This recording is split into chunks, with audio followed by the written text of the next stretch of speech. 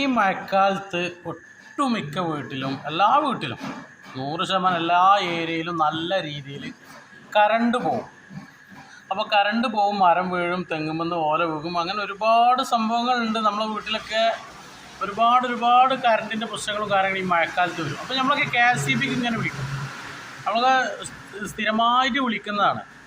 അങ്ങനെ വിളിക്കുമ്പോഴൊക്കെ ഇവർ നല്ല ബിസിയാവും. നല്ല ബിസിയാവും. അപ്പോൾ ചിലരൊക്കെ ഞാൻ പറഞ്ഞു കേട്ടിട്ടുണ്ട്, റിസീവർ എടുത്തിട്ട് താഴത്തേക്ക് വെക്കും, അങ്ങനെയാണ് ഇവർ ബിസിയാക്കി വെക്കുന്നതാണ്. അങ്ങനെ ഞാൻ 2 ദിവസം മുമ്പ് ഇതുപോലെ വീട്ടിൽ കറണ്ട് കട്ടായപ്പം, കേബിൾ കട്ടായപ്പം, ഒരു സാധനം വീണിട്ട് കേബിൾ കട്ടായപ്പം ഞാൻ KSEBയിൽ പോയി. അങ്ങനെ KSEBയിൽ പോയപ്പോൾ ഞാൻ ഒരു 10-15 മിനിറ്റ് അവിടെ നിന്നപ്പോൾ ഞാൻ കണ്ട കാഴ്ച, നമ്മൾ KSEBയിൽ ഒരുപാട് അനാസ്ഥകളും കാര്യങ്ങളും ഇതൊക്കെ ഒക്കെ കണ്ടിട്ടുണ്ടെങ്കിലും ഈ ഒരു മഴക്കാലത്തുള്ള ഒരു സംഭവം കാണുന്നത് വെച്ചിട്ടുണ്ടെങ്കിൽ ഒരു ടൈം പോലും ആ ഫോൺ ഓഫ് ആവണില്ല.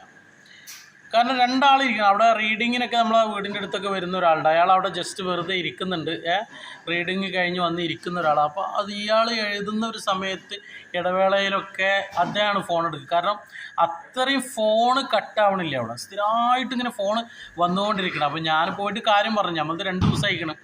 പക്ഷെ അവസ്ഥ അറിയാം, മഴയാണ്, മഴത്തൊക്കെ ഇവർ ജോലി ചെയ്യുന്നതൊക്കെ ഞായറാഴ്ചയാണ്. പക്ഷെ എന്നാലും അന്ന് വൈകിട്ട് ഞാനിങ്ങനെ ഒരു ബുദ്ധിമുട്ട് പറഞ്ഞപ്പോൾ അന്ന് വൈകിട്ടാണെങ്കിൽ ഞായറാഴ്ച വന്നിട്ട് നന്നാക്കി തന്നിട്ടോ.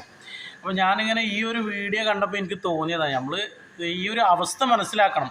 സംഭവം ശരിയാണ്, ഉദ്യോഗസ്ഥന്മാരുടെ അടുത്തും KSEBിൻ്റെ അടുത്തൊക്കെ അനാസ്ഥകളും കാര്യങ്ങളും, പിന്നെ മനുഷ്യന്മാരല്ലേ. അപ്പോൾ ഇതുപോലുള്ള സംഭവങ്ങൾ ഈ മഴക്കാലത്തൊക്കെ ഇവരുടെ അവസ്ഥ ഒരുപാട് ബുദ്ധിമുട്ട് തന്നെയാണ്. കാരണം ജീവൻ പണം വെച്ചിട്ടുള്ള കളിയാണ്, അത് വേറെ. പിന്നെ ഒരു നേരം പോലും ആ ഫോൺ, ഞാനൊരു 15-20 മിനിറ്റ് നിന്നപ്പോൾ ആ ഫോൺ റിങ് ചെയ്യാതെ ഇരുന്നിട്ടില്ല.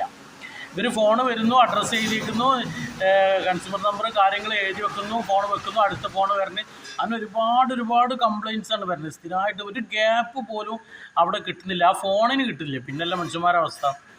അപ്പോൾ ഞാൻ പറഞ്ഞു വന്നതാണ്, നമ്മളെല്ലാ കാര്യങ്ങളും ഇവരെ കുറ്റപ്പെടുത്തുന്നതൊന്നും ശരിയല്ല. ഇപ്പോൾ ഈ മഴക്കാലമാണ്, ഇതിനൊക്കെ പരിമിതികളുണ്ട്.